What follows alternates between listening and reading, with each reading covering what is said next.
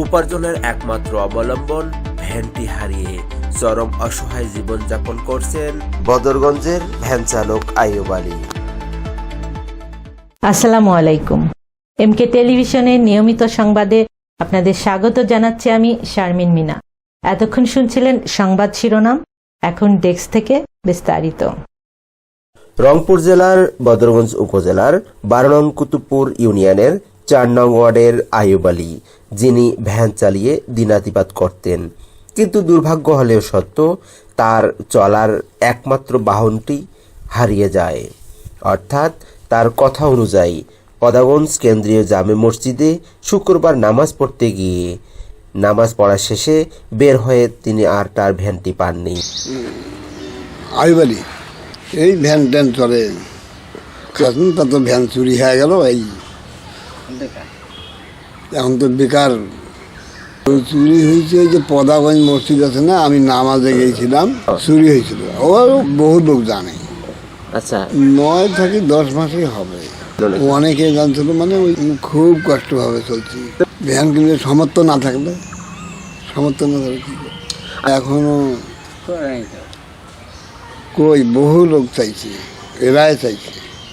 বিত্তবান মানুষ, তাদেরকে আপনি বলেন নাই? বলছি সবাই এখনো দিতে চায়, তো কিন্তু ওই যে চাবার গেলে কয় বেলে একটু দেরি করো। এভাবে তার অসহায়ের চরম বাস্তবতা তুলে ধরেন ক্যামেরার সামনে, যাতে করে তার অসহায়ত্বের কিছুটা দুঃখ ঘুষিয়ে সমাজের বিত্তশালীদের দৃষ্টিগোচর হন। হয়তো তিনি ফিরে পাবেন তার জীবিকার একমাত্র বাহন ভ্যানটি। আমার একটা গাড়ি না হলে তো হয় না, ভ্যান গাড়িই হোক, এটাই হলেও আমি করি খেতে পারবো। ওইটা ছিল না, ওইটা তো নাই, দেখি তো আমার পথ নাই এখন। তার ভ্যানটি হারিয়ে যাওয়ার ব্যাপারে অনেকে সাক্ষী থাকলেও তার এই দুঃখ ঘুষিয়ে নতুন একটি ভ্যান তার হাতে পাওয়ার জন্য কেহই যেন আর সাক্ষী হতে চায় না। আইয়ুব আলী চাচা ওই দিন ছিল শুক্রবার, জুম্মার নামাজের দিন। একসঙ্গেই নামাজ পড়েছি। নামাজ পড়ে বের হয়ে আসার পর চাচা ভ্যান রাখে বলে নামাজ পড়তে ঢুকছিল, পরে তো ভ্যানটা হারায় গেছে। সিসি ক্যামেরায় দেখছিলাম, কিন্তু শনাক্ত করতে পারিনি আমরা যে কে। তখন থেকে গরিব মানুষ, কেউই সহযোগিতা যেমন করে নাই, বেচারা খুব কষ্টে দিন যাপন করতেছে।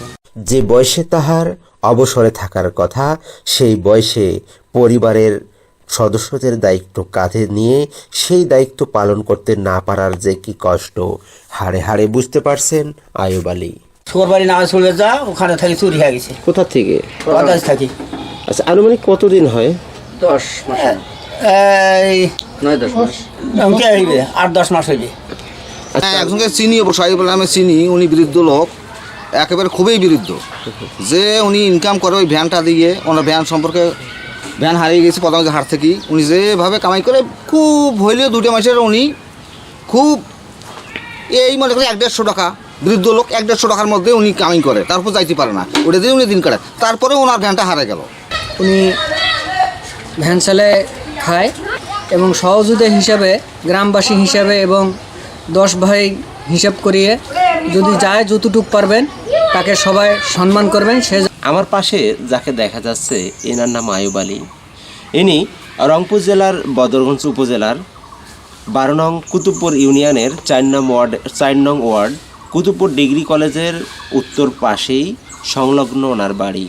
গত 10 থেকে 11 মাস আগে তার একমাত্র ইনকামের যে অবলম্বন ভ্যানটি, এই তার বাড়ির পাশেই পদাগঞ্জ কেন্দ্রীয় জামে মসজিদে নামাজ পড়তে গিয়ে সেখান থেকে হারিয়ে যায়।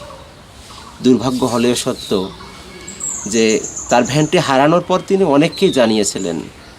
অনেকেই তাকে আর্থিক সহযোগিতা কিংবা ভ্যান কেনার জন্য আশ্বস্ত করেছিলেন, কিন্তু কেন কেউই কোনো সহযোগিতা সেভাবে দিতে পারে নাই, না দেননি তা বলবো না, কিন্তু সবচেয়ে বড় কথা, তার উপার্জনের একমাত্র যে অবলম্বন ভ্যানটি, সেটা হারিয়ে যাওয়ার পর তিনি বেকার হয়ে গেছেন। একদিক যেমন বয়সের ছাপ, আরেক দিক বেকারত্ব, পাশাপাশি তার পরিবারে রয়েছে তার স্ত্রী, সন্তান, নাতি নাতনি, যার একমাত্র উপার্জনকারী এই আইয়ুব আলী।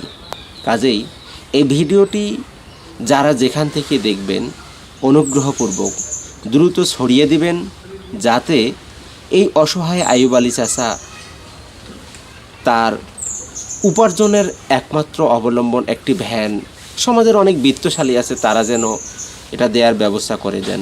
Nazrul Islam, MK television. শেষ করছি এমকে টেলিভিশনের নিয়মিত সংবাদ। এতক্ষণ সাথে থাকার জন্য আপনাদের সবাইকে অনেক অনেক ধন্যবাদ।